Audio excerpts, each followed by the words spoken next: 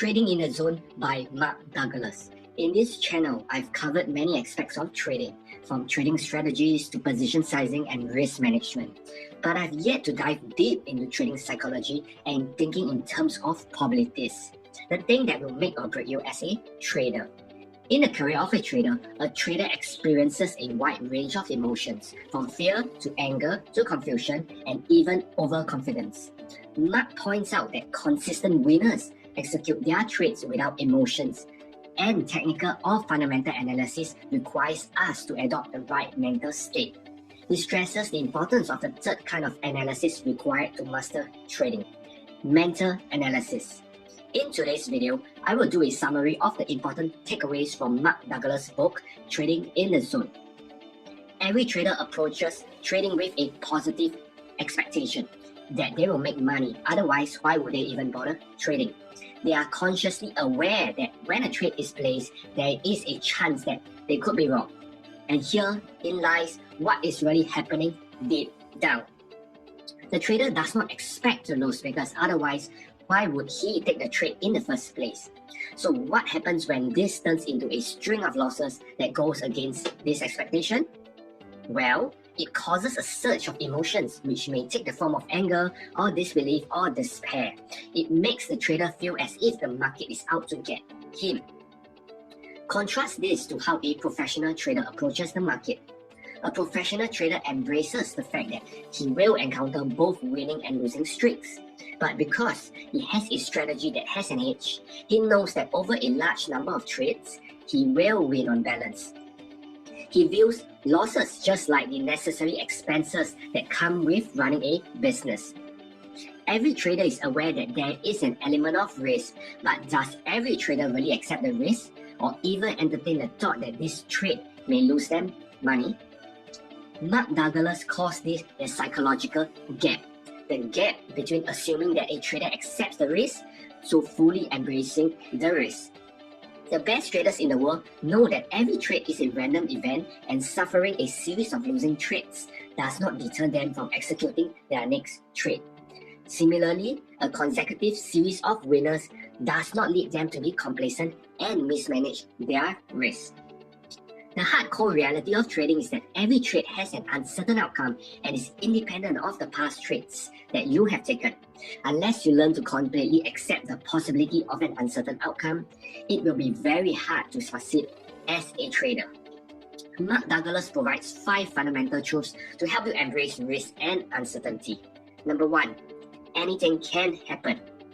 Number 2, you don't need to know what is going to happen next to make money. Number 3, there is a random distribution between wins and losses for any given set of variables that define an edge. Number 4, an edge is nothing more than an indication of a higher probability of one thing happening over another. And number 5, every moment in the market is unique. Once a trader fully accepts these truths, he will be comfortable with dealing with uncertainty and therefore be able to trade in the zone, a zone where the trader is not fearful of making mistakes or losing money. Money comes easy as he executes his strategy flawlessly. Contrast Mark Douglas' fundamental truths to the gambler's fallacy, a fallacy which is a belief that a statistically independent event is affected by the previous set of events. Suppose we do a series of coin tosses. Logically, we know that there is a 50% chance of the coin landing heads and 50% chance of the coin landing tails. Suppose that the first 5 tosses resulted in 5 consecutive hits. Do you think the next toss is more likely to be hits? Logically, you know that there is no change in the probability even if the past 5 tosses were all hits. The previous coin tosses have no bearing on the next toss. This is what is known as the gambler's fallacy. But how does this relate to trading? Well, when a trader loses 5 trades in a row, he may very well conclude that his strategy is not working or that the market is rigged against him. Conversely, if all his 5 trades were winners, he would conclude that he has a perfect trading strategy and form an unrealistic expectation about trading. At the first sign of a drawdown, he abandons the system thinking that it is no longer working. In either case, Whether it was 5 consecutive winners or losses, the sample size is too small to make any judgment on the profitability of the system. The key message here is that regardless of the outcome of the previous trades, it does not influence the success of the next trade. Essentially, each trade is completely independent of one another. Mark Douglas stresses the importance of accepting that each trade is completely random, and this relates to the third fundamental truth, which states that there is a random distribution between wins and losses for any given age.